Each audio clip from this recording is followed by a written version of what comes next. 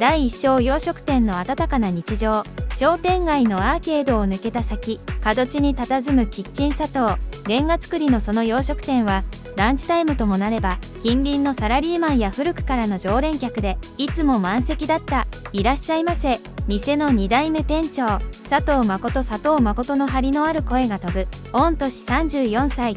真面目だけが取り柄のような男だ。彼が守るこの店は、先代である父が脱サラして始めた町の小さな洋食屋だった。父が亡き今、佐藤はその味と何より店に集う人々の温かな日常を守ることに誇りを感じていた。佐藤くん、今日もランチ、ご飯少なめでね。愛よ。ですね。いつもありがとうございます。カトラリーが触れ合おうと、デミグラスソースの芳醇な香り、客たちの楽しそうな笑い声、それが佐藤の日常であり、宝物だった。アルバイトの鈴木翔太は大学2年生。翔太くん、3番テーブルお願い。ウィース。翔太は接客もそつなくこなし、愛想も良い。佐藤も今時の若者にしては気が利くと最初は信頼を寄せていた。だが佐藤が知らない翔太の顔があった。客足が引いたバックヤード。翔太はユニフォームのポケットから片時もスマホを離さない。休憩に入るや否や SNS のタイムラインを凄まじい速さでスクロールし、自分の投稿についたいいねの数を何度も確認している。彼の世界はこの小さな洋食店ではなく、スマホの画面の向こう側にある数字だけが全てだった。第2章承認欲求の暴走。金曜の夜、最後の客を送り出し、店のシャッターを下ろしたのは深夜0時を回った頃だった。佐藤は妻の待つ自宅へ先に帰り、店の締め作業は翔太ともう一人のアルバイト、田中に任せていた。終わった。田中がモップを片付けた。その時だった。なあ、田中、ちょっと面白いことしね。翔太がスマホのカメラを起動させながらニヤニヤと笑う。面白いことって？これやったら絶対バズるって。再生数やばいことになるぞ。翔太が向かったのは厨房の心臓部。キッチン佐藤が命よりも大切にするデミグラスソースがなみなみと入った寸胴鍋だった。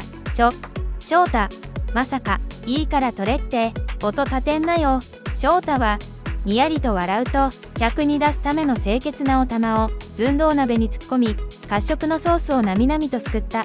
そしてカメラに向かってウインクすると、それをそのまま口に運ぶふりをした。ウェイ、お手ってな感じで、田中がお前バカじゃねえのと笑うと、翔太は完全に調子に乗った。まだまだこんなもんじゃねえよ。彼は次に業務用の大型冷蔵庫の扉を開けた。行くぞ。彼は土足のまま冷蔵庫の中に入り込み、吊るされた肉の塊の横で満面の笑みでピースサインを決めた。やべえ、これ絶対バズる。最高。アドレナリンが脳を駆け巡り、翔太の理性のタガは完全に外れた。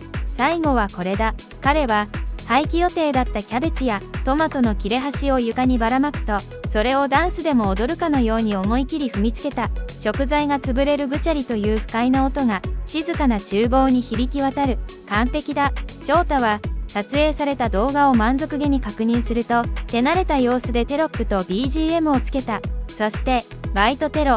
店長に内緒。この店やばすぎ W。バズれ。そんなハッシュタグをつけて動画を SNS に投稿した。さて、寝て起きたらスター誕生だな。翔太は明日世界が変わることを信じて疑わなかった。第3章炎上という地獄の釜。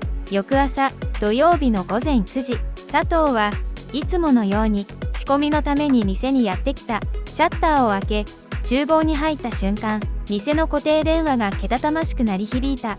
はい、キッチン佐藤です。ふざけるな。あの動画はなんだ？動画ですか？とぼけるな。お宅の店、冷蔵庫に人が入ってるじゃないか。衛生管理はどうなってるんだ？ガチャリと乱暴に切られる電話。だが、切れた瞬間に、再び電話が鳴る。今度は別の番号からだ。はい。キッチン SA、最低の店だ。金返せ、潰れろ。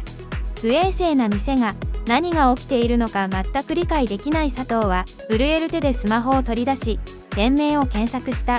その瞬間、佐藤は血の気が引いた。キッチン佐藤でバイトテロ発生。客の冷蔵庫に侵入食材を踏みつける悪質動画。まとめサイトやニュースアカウントの見出しが佐藤の目を突き刺す。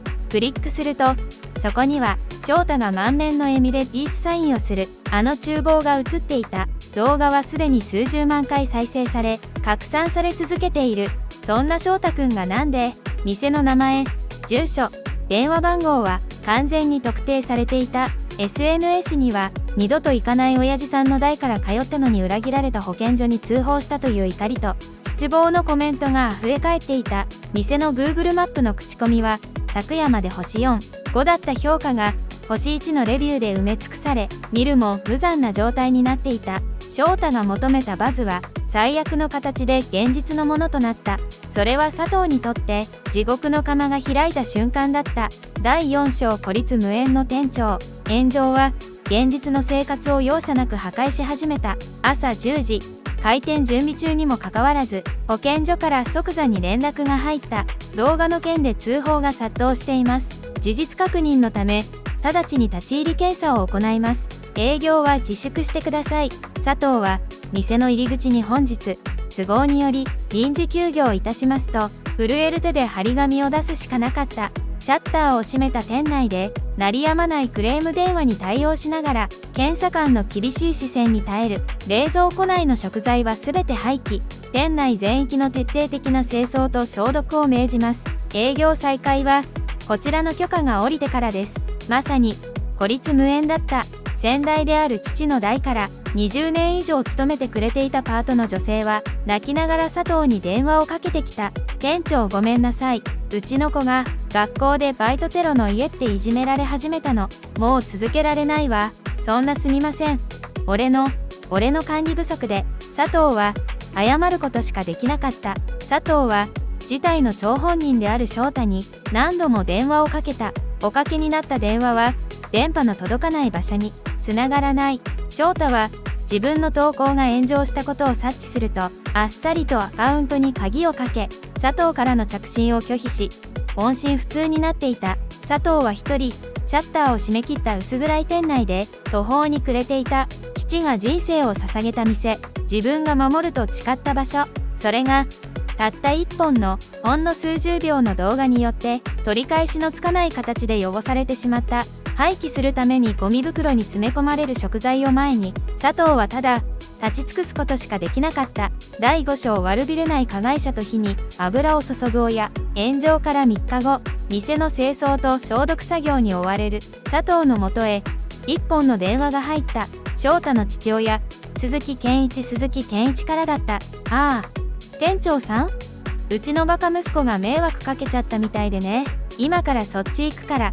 ようやく反省してくれたのか。佐藤はわずかな望みを抱いて2人を待った。店の扉が開き翔太が父親と共に姿を現す。だが佐藤の期待は次の瞬間怒りと絶望に変わった。翔太は腕を組み反省するどころかニヤニヤと笑いながら店を見渡している。ああ、さあせん、ちょっとノリでやっちゃって。その軽い口調に佐藤の全身の血が逆流する。ノリで？翔太くん、君は自分が何をしたか分かってるのか？分かってますよ。翔太は悪びれもせずに言い放った。てか、店長も有名になれてよかったっすね W。おかげで俺のフォロワーめっちゃ増えたし。佐藤が言葉を失っていると、父親の健一がさらに佐藤を追い詰める。まあ、店長さん、うちの子がやったことは確かに悪い。だが、ことを大きくしたのはネットに晒した連中でしょ。健一はまるで被害者であるかのように偉そうに言い放つ。っていうか、こんな古臭い店注目されただけマシじゃないのか？いい宣伝になっただろ。宣伝？古臭い？佐藤は怒りで体が震えた。この親子は何一つ理解していない。健一は呆然とする佐藤に対し面倒くさそうに財布を取り出した。で、示談金？いくら欲しいんだ？10万か？ほらよ。健一は雑に抜き取った数枚の1万円札を佐藤の目の前のテーブルに叩きつけた。これで終わりにしてくれよ。こっちも大学のことで忙しいんだ。それは謝罪ではなかった。ただの侮辱だった。佐藤の中で何かが切れる音がした。第6章法律という武器を手に、その夜、佐藤は薄暗い店内でテーブルに叩きつけられた数万円を見つめていた。父が愛した店、常連客の笑顔、それらがあの親子の下びた笑い声で上書きされていく。このまま泣き寝入りしてたまるか。佐藤はスマホを取り出し、ある番号に電話をかけた。大学時代の友人であり、今は企業法務に強い弁護士として活躍する立花圭介だった。もしもし、立花か？俺だ、佐藤だ。今大丈夫か？電話口の向こうで立花の冷静な声がする。おお、佐藤、どうした？珍しいな、声。ひどく疲れてるぞ。佐藤は声を詰まらせながら、この3日間であったことのすべてを話した。炎上した動画のこと、保健所の指導、辞めていったパート従業員、そして今日訪れた翔太親子のあまりにも不誠実な態度と侮辱的な言葉を、すべてを聞き終えた立花は数秒間黙り込んだ後、静かだが強い怒りをにじませた声で言った。佐藤、よく耐えたな。これは単なる悪ふざけじゃない。明確な犯罪行為であり、断固として責任を追及すべきだ。犯罪？立花はうなずいた。店の信用を著しく毀損し、クレーム電話を殺到させ、保健所の立ち入り検査や営業自粛に追い込んだ。これは威力業務妨害罪刑法第234条にあたる可能性がある。立花の言葉は絶望の闇にいた佐藤にとって一筋の光のように思えた。俺はどうすればいい？まずは絶対にあの金10万円を受け取るな。そして反撃するための証拠を徹底的に集めるんだ。立花の冷静な指示が佐藤の凍りついた心を再び動かし始めた。第7章反撃の証拠固め。翌日から佐藤の反撃が始まった。立花の指示は的確かつ網羅的だった。まず炎上の元凶となった動画の元データ、これは翔太本人に提出させるが、拡散されたものも全て保全する。佐藤は翔太の動画を転載しているまとめサイトや SNS の投稿を一つ残らずスクリーンショットで保存した。つぶれろ不衛生といった誹謗中傷コメントも全てだ。次にクレーム電話の録音、店の留守番電話に残っているもの、佐藤くんが直接受けたもの、全てだ。幸い店の電話には自動録音機能がついていた。佐藤は罵詈雑言が記録されたデータを吐き気をこらえながら PC にコピーしていく。保健所とのやり取り、営業自粛の指導書も重要な証拠になる。そして最も重要なのが損害額の算出だった。感情論だけでは戦えない。相手に現実を突きつけるには具体的な数字が必要だ。佐藤は立花と協力し、損害額を徹底的に算出した。まず消毒専門業者に依頼した清掃消毒費用、これが80万円。次に保健所の指導により廃棄した食材費、冷蔵庫の中身すべてで約150万円。そして営業停止による逸失利益、炎上前の平均売上から計算し、営業再開までにかかるであろう日数分を計上、これが400万円。さらに辞めていったパート従業員への補償や信用回復のために必要な広告費用、積み上がった損害額は軽く700万円を超えていた。これが翔太くんのノリの代償か。立花は集められた証拠と損害額の内訳を精査し、1枚の書面を作成した。翔太本人、そして未成年ではないが学生であることから監督責任を問う意味でも親権者である父親の健一氏、この2人に対し民法第709条不法行為による損害賠償請求に基づく請求を行う。その書面は最後通帳として鈴木親子に送付されることになった。第8章最後通帳と責任転嫁。1週間後、キッチン佐藤の店内には佐藤と弁護士の立花、そして呼び出された翔太と父親の健一が対峙していた。健一は弁護士の登場に明らかに動揺していた。しかしその態度はまだ強気だった。弁護士？随分と大げさだな。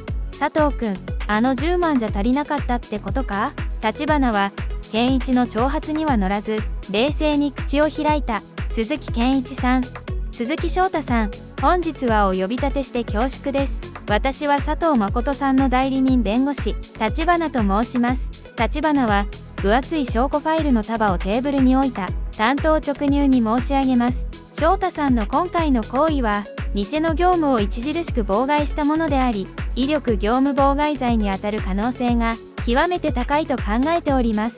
健一の顔がわずかに引きつる。本日中に佐藤さんに対する誠意ある謝罪と我々の提示する条件についてご回答いただけない場合、直ちに警察へ被害届を提出します。立花は続けてもう一枚の書類を2人の前に滑らせた。損害賠償請求の内訳書きだった。こちらが今回の不法行為によって生じた損害額です。合計で780万円となります。700？ 健一がすっとんきょうな声を上げた。その時、それまで黙ってスマホをいじっていた翔太がついに顔を上げた。はぁ？ふざけんな。なんで俺がそんな金払いわきゃなんねえんだよ。翔太はテーブルを叩いて立ち上がった。動画を拡散したのはネットのやつらだろ。俺は投稿しただけだ。悪いのはあいつらだ。そっちに請求しろよ。俺は悪くねえ。自らの非を一切認めず、見苦しい責任転嫁をまくし立てる。健一もそうだそうだ。息子は悪くない。悪いのはネットだ。と、息子の言葉に便乗する。その姿は、自分たちの招いた結果から目をそらし、ただわめき散らすだけの惨めなものだった。第9章デジタルタトゥーという無後懲役。立花は騒ぐ2人を冷ややかに見つめていた。賠償金についてはご納得いただけないなら裁判所が判断することになるでしょう。我々は証拠に基づき法的に請求するだけです。立花はそこで言葉を切り、翔太の目をまっすぐに見据えた。ですが翔太さん、あなたには金銭とは別のもっと恐ろしい罰がすでに下っています。翔太は？罰？意味わかんねえし W とまだ事態を理解できず嘲笑う。立花はその嘲笑を冷たい事実で打ち砕いた。デジタルタトゥーです。翔太の笑みがピタリと止まる。君が軽いノリで投稿したあの動画は君が死ぬまでインターネット上に残り続ける。君が将来就職活動をしても企業は必ず君の名前を検索する。結婚しようとした相手の親も検索するだろう。その度にバイトテロの犯人というレッテルが君の人生に一生ついて回る。翔太はまだピンときていない様子で強がって言い返す。は？だから何？ネットから消せばいいだろ？弁護士ならそれくらいできんだろ？金払うんだからよ。立花はその浅はかな希望を静かに首を振って否定した。消せないんだ。その一言が翔太の心の最後の砦を破壊した。一度拡散されたデジタルデータは世界中のサーバーにコピーされ続ける。我々がいくら元のサイトに削除請求をしても誰かがコピーしたものがまた別の場所に転載され続ける。いたちごっこですらない。完全に消すことは物理的に不可能なんだ。立花は立ち上がった。君の顔と名前はキッチン砂糖を潰した男として未来永劫残り続ける。これが我々が請求する780万円とは全く別の君自身が社会から受ける罰だ。金では絶対に解決できない本当の恐怖だよ。未来永劫消せない残り続ける。その言葉がようやく翔太の頭の中で現実のものとして結びついた。自分の輝かしい未来、フォロワーにちやほやされる日々、それらすべてがあの数十秒の動画によって永久に汚されたことを。そんな嘘だろ。嫌だ、消してくれよ。翔太は顔面蒼白になり足から力が抜けたようにその場に崩れ落ちた。もう彼がニヤニヤと笑うことはなかった。第10章再出発のキッチンと消えない代償。健一は息子の未来が完全に閉ざされたことを悟り、震える手で立花が提示した損害賠償と謝罪の条件を全て受け入れた。後日、翔太の大学にも一連の騒動が知れ渡り、彼は大学の名誉を著しく傷つけたとして法学処分、すなわち退学となった。多額の賠償金は両親が自宅を売却し小さなアパートに引っ越すことで何とか工面したという。翔太はその後日雇いのアルバイトを転々としていると風の噂で聞いたが、佐藤が彼の姿を見ることは二度となかった。一方、キッチン佐藤は立花の助言も受け保健所の指導に従ったこと、加害者側と法的に和解が成立したことを誠意をもって店頭と SNS で報告した。誹謗中傷はすぐにはやまなかったが、佐藤が真摯に対応を続けるうちに、少しずつ、本当に少しずつだが、客足が戻り始めた。店長、大変だったね。でも、味が変わってなくて安心したよ。頑張れよ。店長、また来週来るからな。炎上が起きる前よりも、客との絆が深まったようにさえ感じられた。佐藤は、失ったものの大きさと、信用を回復する道のりの険しさをかみしめながらも、父が残した店を守り抜いたことに、静かな誇りを感じていた。デミグラスソースの香りが漂う厨房で、佐藤は再び、客を迎えるための仕込みを始める。その顔は、数週間前とは比べ物にならないほど、力強く、前を向いていた。今回の法律 Tips コーナー。今回のエピソード、いかがでしたでしょうか。軽いノリで投稿した不適切動画が、店だけでなく、投稿した本人の人生をも破壊する、恐ろしい結末でした。この物語に関連する法律や知識を簡単にご紹介します。